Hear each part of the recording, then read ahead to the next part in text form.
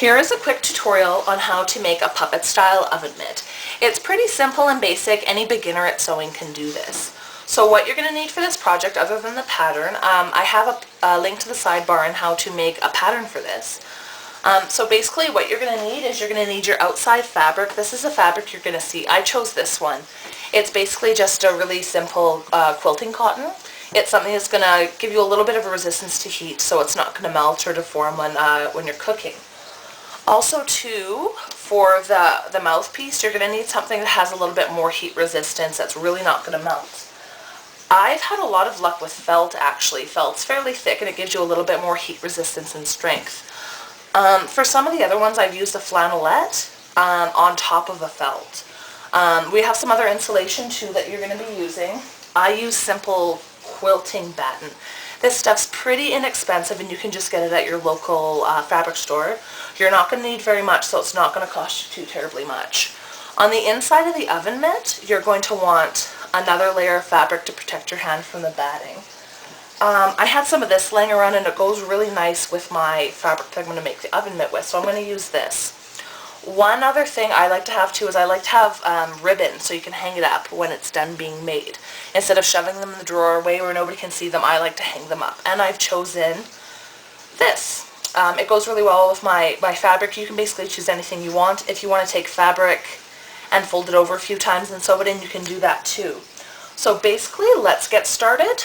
I guess all we are left with now is cutting out our pattern. So what I've done is I have laid out my fabric and put my pattern pieces on top.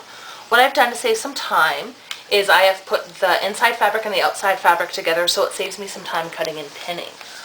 I've also put my mouthpiece onto my 2 pieces of felt and 2 pieces of my inside material. You don't need the outside fabric for the mouthpiece because you're not going to basically use it. So, and don't forget you're making 2 oven mitts, so you're going to need 2 pieces for each pattern piece. So now all you have to do is get out your scissors and cut it.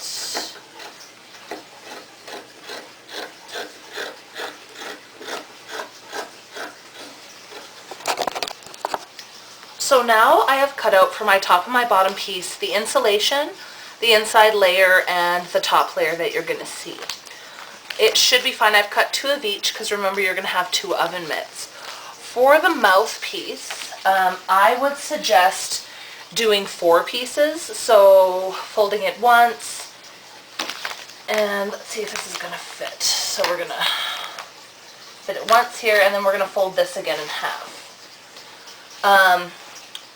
I would really suggest pinning this, but I'm not. And I suggest a really good sharp pair of scissors.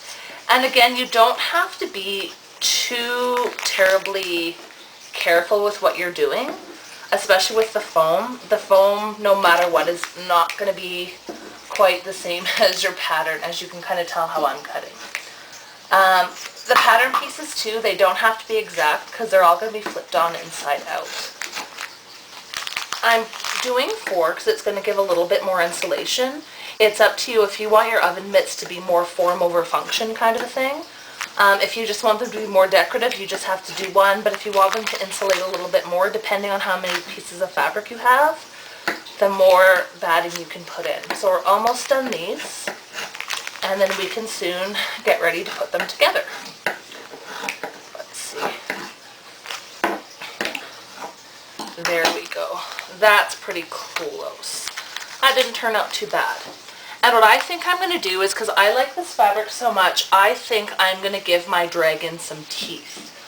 And what color are teeth other than white? So I'm going to use felt again, and I'm just going to create a nice little jagged tooth design.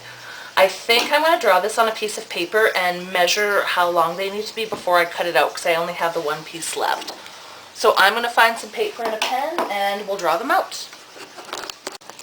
So this is, I think, how I'm going to make the teeth. I'm just going to start with a blank piece of paper. To get some symmetry, I'm just going to take a scrap piece of paper and I think I'll mark out let's say about every 1.5 inches onto a piece of paper. So mark every 1.5 inches with a marker really quick. We're going to have some extra. And then I'm just going to quickly draw freehand with some zigzags.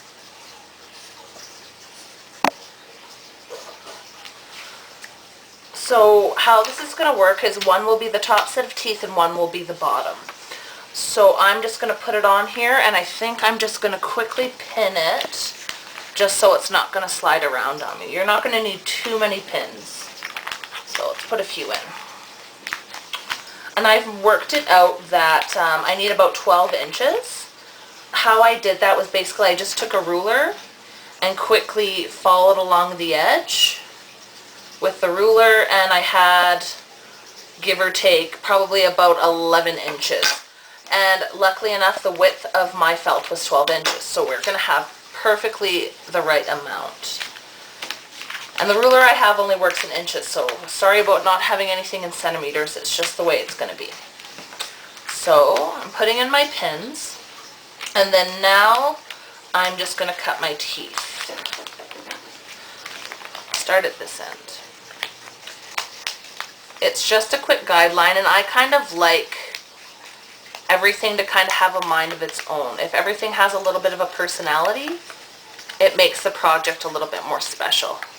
So that's why I'm not too concerned that everything is not exact, because it gives everything a life of its own. So I'm almost done cutting. We'll see how it turned out after.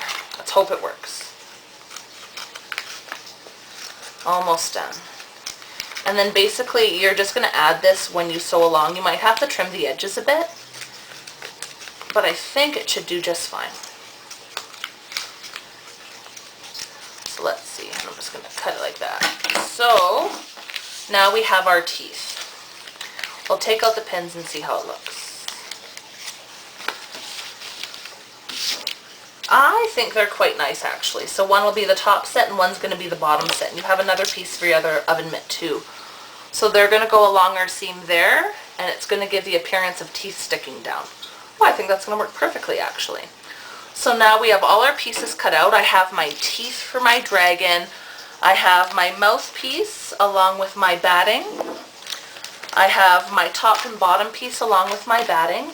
And now it's time to get out the sewing machine. Okay, here comes the fun part now, which is sewing. What I'm going to start with is I'm going to start with our inside of our oven mitt. The inside, I like to take the inside layer of fabric and then the batting. To connect them, I just like to put this little bit of a diamond pattern in. It's going to look like this if you can see it on the inside. So basically there's just diamonds all across. How you do this is you're going to take your foam and then your outside layer. Oh, I really should have ironed that, but that's okay. And you're going to put them together, and you're always going to want to remember you have your good side out, because that's what you're going to see inside of your oven mitt. I have one here that I've pinned. Because this is so thick, you have to take quite a few pins after it. So I'm going to show you how I sew this one.